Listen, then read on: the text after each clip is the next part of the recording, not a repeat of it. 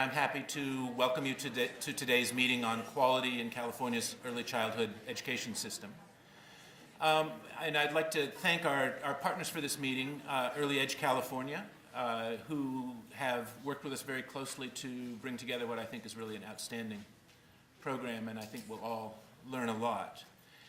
When we scheduled this meeting, we thought, well, let's put it on Leap Day, because no one will have any plans, right? It'll just be that bonus day that comes every 4 years, and nothing will be happening in Sacramento that would interfere with a PACE meeting or an early edge meeting.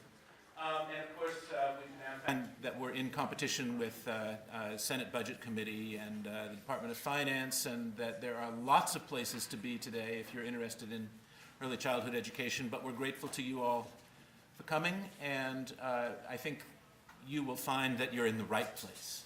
This is where you're actually going to learn stuff, and that will be of value to us all. My job really is to introduce Deb Kong, but I want to say two things before I begin.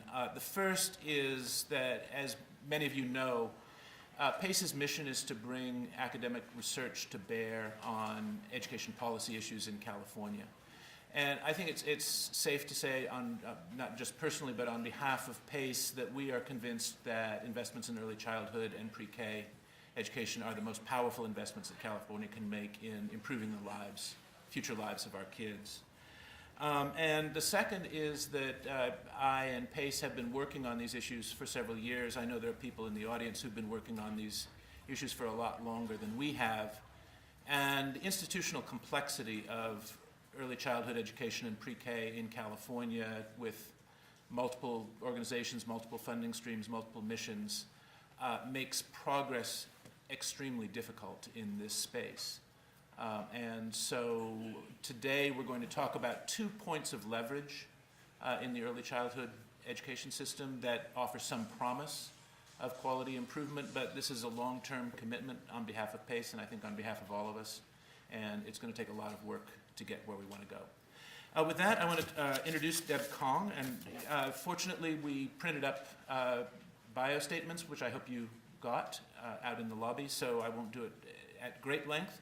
I'll just say that Deb is the president of Early Edge California. She's a former journalist and the mother of a 4-year-old, so has a deep personal investment in this sector as well as a policy investment. And she will sort of present today's program to you. So, Deb?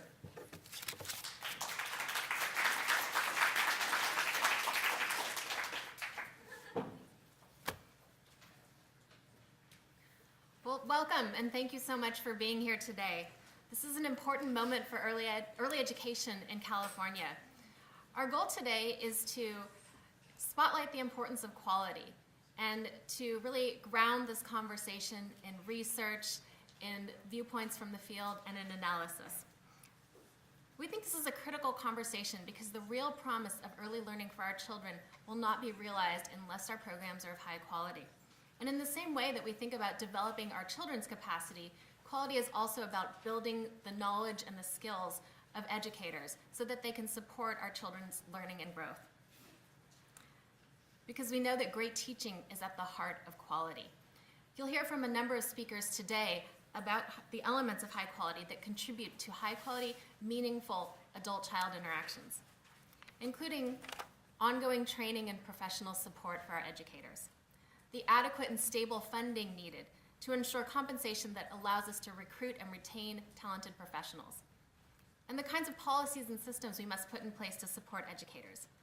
Our discussion here is very timely because, as you know, Governor Brown has proposed a new early education block grant, which combines transitional kindergarten, state preschool, and the quality rating and improvement system block grant for preschool.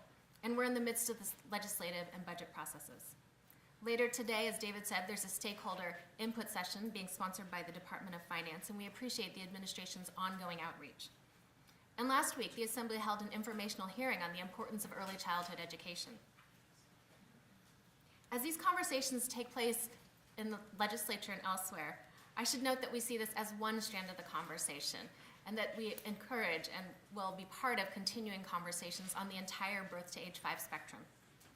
Our first panel today, Essential Elements of Quality, will feature new briefs from the Learning Policy Institute and New America, and reflections from practitioners, including San Francisco Unified School District, Educare Silicon Valley, and the Early Learning Lab.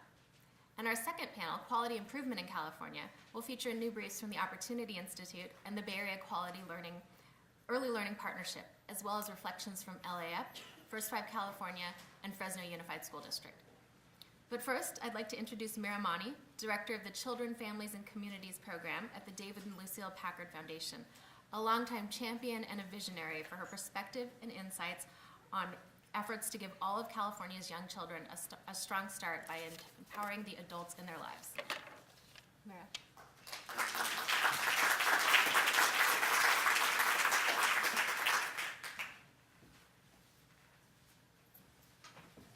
Good morning. What an honor it is to be here talking to champions and leaders in the field of early education and to focus on the thing I love most, which is the conversation about quality.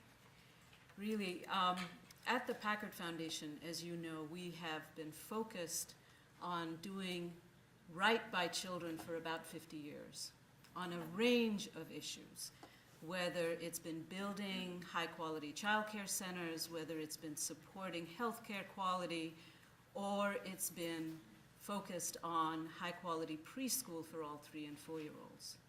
And then back in 2013, we stepped back to take stock of where California was at. And really, we had the beginnings of the implementation of a quality rating and improvement system in childcare and early learning. We had transitional kindergarten that had been passed, and we've had built that on sort of the work that was done on the preschool learning foundations and the California Comprehensive Early Learning Plan.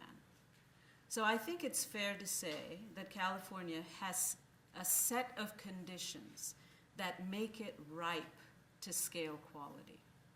So we stepped back and said, how could the foundation support this leap forward to be sure that our 3 million children, 5 and under, have access to quality no matter where they are? So the first thing we had to do was step back and say, where are the kids and how are they spending their time?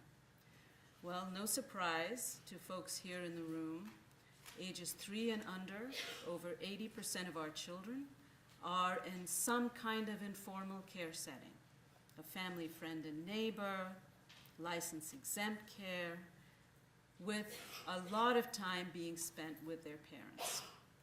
And then as you get to older kids, 3s, 4s, and young 5s, you had access to preschool.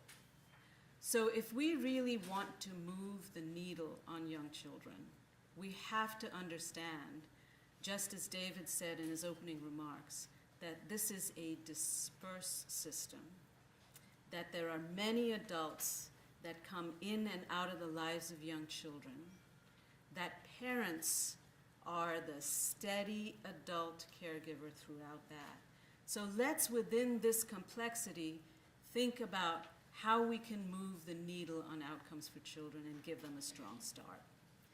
And so we decided that quality would be the focus, and within that, really to focus on supporting the adults in children's lives. And as you're going to hear from the panelists, you can do everything to build a fantastic child development center.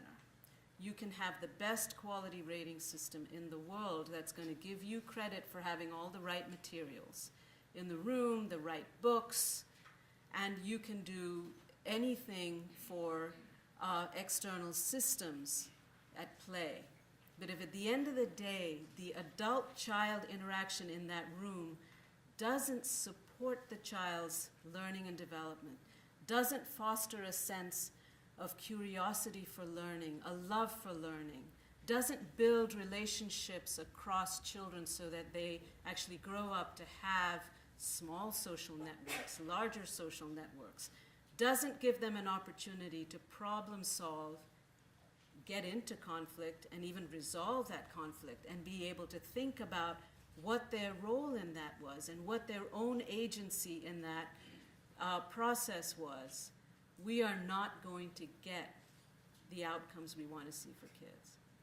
Because ultimately, Achieving child development outcomes is about an active interaction with the adults and the experiences that are offered to children in their settings. So that comes right back to something that's really important and has always been important to the business sector, which is human capital development.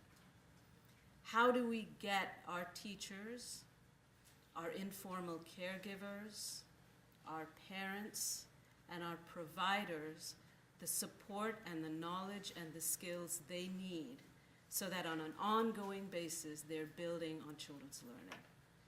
This is really the fundamental issue. We would never build a house without a foundation. We should not be raising kids and supporting their development without a strong foundation. And that's what the panels here are set up to talk about, to build on the conditions that we have here in California. I feel so honored to be in front of you today because I know each of you, from wherever you sit, is committed to this for young children. So let's fill more auditoriums with people that are thinking this way, that are seeking solutions, and informing the discussions that are happening concurrently at the Senate with the Finance Committee. And let's get a budget for kids. Let every budget in the state be a children's budget. Thank you so much, and I look forward to hearing.